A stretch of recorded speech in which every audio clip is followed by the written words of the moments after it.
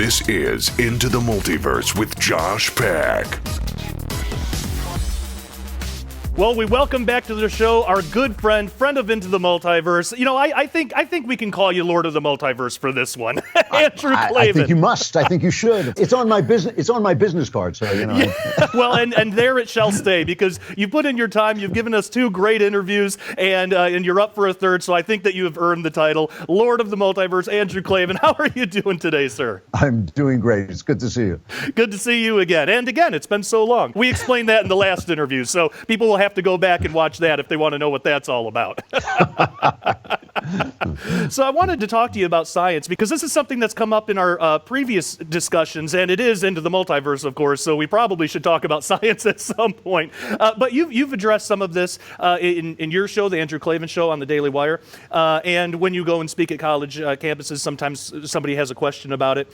So I wanted to start with, how have science and Christian ethics in the past helped shape the culture that we're currently living in? Oh, well, I think they've shaped every single thing about us. I mean, I do not think people understand how deeply the church, first the Catholic Church and then the various Protestant sects, shaped our minds, shaped our values. Everything we have comes from them. Even our inheritance from Greece and Rome, the classical inheritance, comes through the church in the people like Thomas Aquinas. And so it really shaped everything. And there's this mythos that goes around, and they've been selling this since the 16th century, this myth that basically there was the church and then people broke away from the church and science was set free to free the world. But in fact, all the first scientists, all the people who invented science, all the people who developed the scientific method and the scientific mind were Christians. Yeah. All, including Newton. I mean, he was a bit of a radical Christian, but Galileo was a dean of the church. I mean, these were all church people.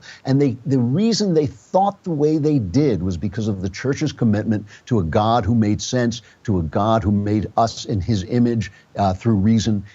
And those things, that mindset, that scientific mindset really does come to us through Christianity. Were there people in the church who tried to kibosh certain ideas? Of course there were. Any organization is going to have those guys who are afraid that the organization is threatened. But the wise people understood that no truth was going to separate them from God because it is truth that sets us free and it's truth that leads us to God. So I look at science as a very Christian occupation. And I think that the people who sell you this other idea, and they've been, like I said, they've been selling it. I mean, the very idea of the Dark Ages or the Middle Ages is a slur on the Middle Ages that was created by Renaissance people who wanted you to think like, oh, there was Rome and Greece, and then there was the Renaissance. And in between, that was just the Middle Ages. It was the middle. There was nothing going on in there. It was kind of dark, and they were just waiting for the Enlightenment, And all that is just a myth. I mean, it was really the Christian mindset that shaped the scientific mindset.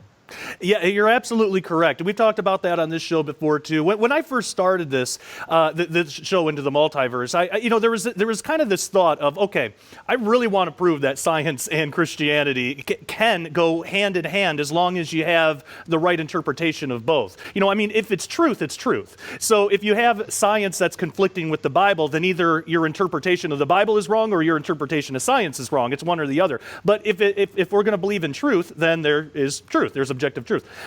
So I decided I'm going to take the weirdest, most hard to understand science I can, quantum physics, and if I can show that you can still pair that with Christianity and have it not conflict, because a lot of times when more atheistic or left-leaning scientists want to disprove Christianity, they'll fall back on quantum physics. I think of people like Lawrence Krauss and some others. Even Bill Nye has kind of done that from time to time. But it's all based on an interpretation. It's not based on an objective truth. It's a subjective interpretation of the science that they're looking at. So where do you think the future is headed with a lot of universities being more left-leaning, a lot of people who are getting into the sciences, they're more left-leaning? I mean, I don't really know of any conservative scientists. I've heard they're out there, but I've never met one. Where do you think, is there hope for conservative science, or do you think it's just going to be overrun by liberals and we're just headed towards Armageddon? Well, I hope not. I mean, the thing about any kind of philosophy that you bring to science is that it's anti-science. If you have a philosophy about what you have to find, it's ultimately going to damage science because science takes its truth from the world. It lets the world speak to it, not the other way around. I mean, you may come up with a theory, but if the theory is disproved, you dump the theory. So if you want your politics to be proved by science and you will not accept new facts that contradict it, you can never learn anything. And that's true on the left and the right. It's just that the left happens to be in control of our academic institutions, which is a shame. You know, the thing that really bothers me in the arguments, I read a lot of anti-religious work because, first of all, some of it is good and has a lot of interesting information in it, but also I want to know what they're thinking. And one of the things that I notice that they're always doing is they're always taking an argument that really came along very late, the argument of the dual universe, where you have the flesh and you have the spirit. Now, I know that Paul talked about the flesh and the spirit, but I don't think he was talking about two actual entities, like a spirit that's some kind of ghostly Casper thing that floats around versus our flesh, which you can see and feel and experience. But I don't think that that's what Christians believe. I think that we believe more that the world is like language. My body is like a language that speaks me into the world. When I'm not speaking, my thoughts don't exist in the world. But when I speak, there they are. But they're also have my ideas have a being that is being expressed by language, but they're not contained in the language. And it's the same thing, I think, with the world. The world speaks God's creation. I speak his creation of me, his idea of me. But I only exist in my body. And that's why Christianity believes in the resurrection of a body. You know, it doesn't say you're going to be, those cartoons of guys sitting on clouds playing harps. I get it, but that's a metaphor. That's just an image. The fact is we believe, just like Jesus, we are going to get some kind of body because it is the body that expresses the form. And Aristotle believed the same thing, although he didn't believe we were eternal. He did believe that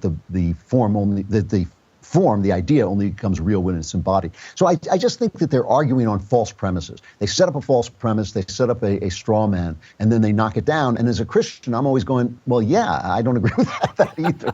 And so I think that as Christians, we have to have a deep, deep respect for the scientific process and for scientists and their goodwill and their minds. But we don't have to have a deep respect for their logic, because one thing I notice again and again and again is that their anti-Christian arguments are bad. Oh, yeah. And a lot of times they know everything there is to know about biology. They know everything there is to know about quantum physics, and God love them. I love that stuff. But they know nothing about theology. They know nothing about what Thomas Aquinas said. And they start to argue with him.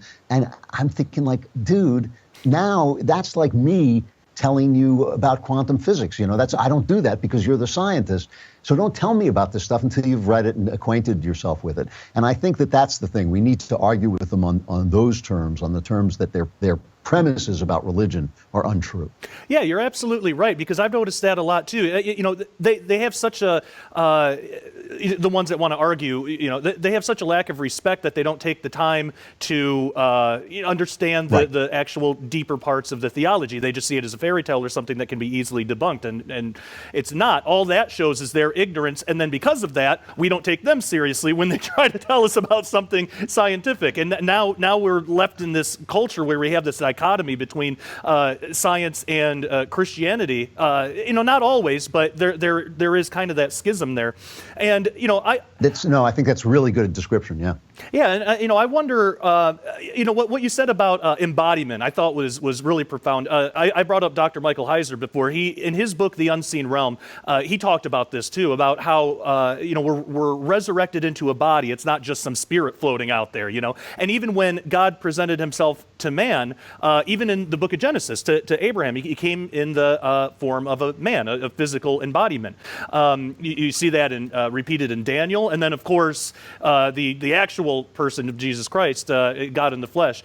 And so I think that's really profound, and that's really, really interesting. I wish that more Christians and more scientists could grab a hold of that type of deep theological stuff if they're motivated to argue against it, because the way I look at it, if they come up with a really good argument against something I believe, that only benefits me. That only helps me understand.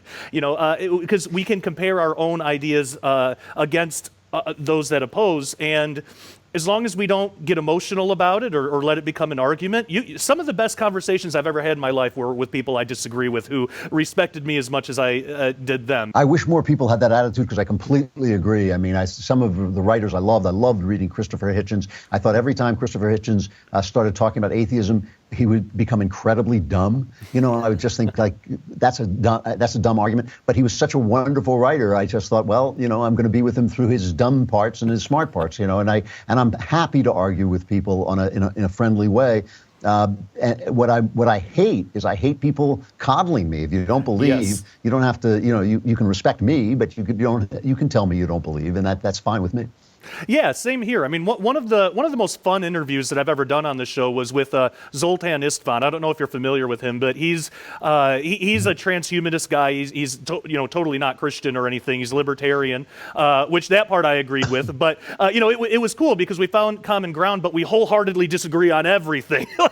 But we have a lot of respect for one another, and even though we disagreed and we sort of debated, it was really fruitful, and it helped me kind of understand where people on that side are coming from. And I would love to see more Christians do that because I think that's lacking in Christianity as well. And that's actually where I agree with you on the last interview where you said if there's going to be a next great awakening, it's going to come from the intellectuals, because it's the intellectuals who will actually take the time to understand the opposing arguments. I love that. Right. You know, recently I was reading this book, Sapiens, by Yuval Harari, and he not only does he not believe in God, he only vaguely believes in human beings. And I was sitting at the dinner table ranting about this book with my wife and saying how much I disagree with it, and I disagree with it here and there. And she looked at me and she said, "Why are you reading this book?" And I said, because it's great. I love it. It's a book full of ideas and goodwill and interest. I just think he's wrong. Yeah, exactly. You know, it doesn't have to be a threat to our faith. If we're really secure in our faith, we should be able to take part in that and sharpen our own arguments. Well, this has been such a blast. We are all out of time, but if people haven't had a chance to check out your show or follow you online, if they want to do that, where can they go? I hope they'll come to the Daily Wire and they can listen to my podcast, The Andrew Klavan Show. It's on Monday through Thursday. And on Twitter, I'm at Andrew Klavan, so they can find me there. Fantastic. Well, thank you so much again. This has been an absolute blast and seriously an honor for me. Thank you. Oh, thanks a lot. It's been a real pleasure. Thanks.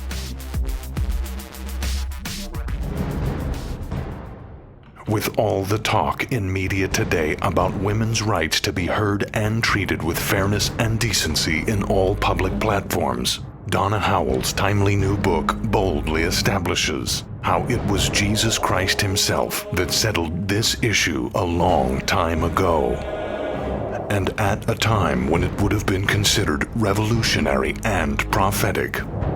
Bible scholars know that Jesus, while recognizing appropriate gender roles, intentionally began the first women's empowerment movement. But why did he do that? The answer to that mystery is in the Bible itself. Now, in one of the most talked about new releases of the year, The Handmaid's Conspiracy by best-selling author Donna Howell. The permanent changes Jesus made regarding women's rights, their value, and their role in delivering his message to the world is brought to light. And if God decides to raise up a radical, he only needs one voice for an entire Great Awakening, and it could be yours.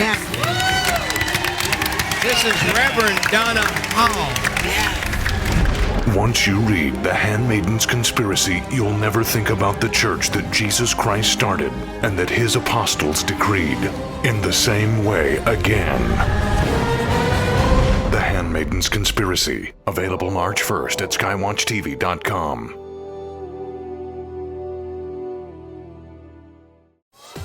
Follow the cultural and historic backdrop behind Paul's words in the New Testament that correct the record on some of the most misinterpreted scriptures in modern history in relation to the issue of women, their leadership role in the church, and understand properly what Paul was responding to when the epistles were written. Skywatch TV is proud to announce one of the most anticipated, talked about new releases of the year, The Handmaid's Conspiracy promotional offer. When you order The Handmaid's Conspiracy from Skywatch TV, you'll receive Skywatch TV's brand new, beautifully bound, limited edition red letter King James Version of the Holy Bible with Apocrypha, In addition to the Old and New Testaments, this never-before-released, one-of-a-kind deluxe collector's Bible includes the ancient apocryphal books like Enoch, Jubilees, and 15 more ancient texts that the disciples of Christ read and quoted from. This gorgeous, limited edition Bible is available exclusively from Skywatch TV and holds a retail value of $80. Yours absolutely free for a limited time. That's right, absolutely free when you purchase the Handmaiden's Conspiracy promotional offer. Also included in this once-in-a-lifetime offer is the Donna Howell collection that includes all three of her runaway best-selling works, Radicals, Redeemed Unredeemable, and Final Fire. Sold separately, this unprecedented promotional offer retails for $160. Yours now for only $29.95 plus shipping and handling.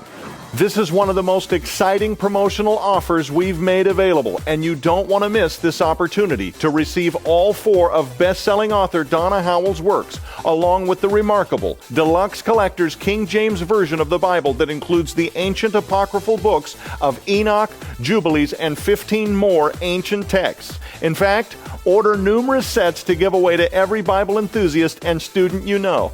The Handmaiden's Conspiracy promotional offer. Order now at the Skywatch TV store or call 1-844-750-4985.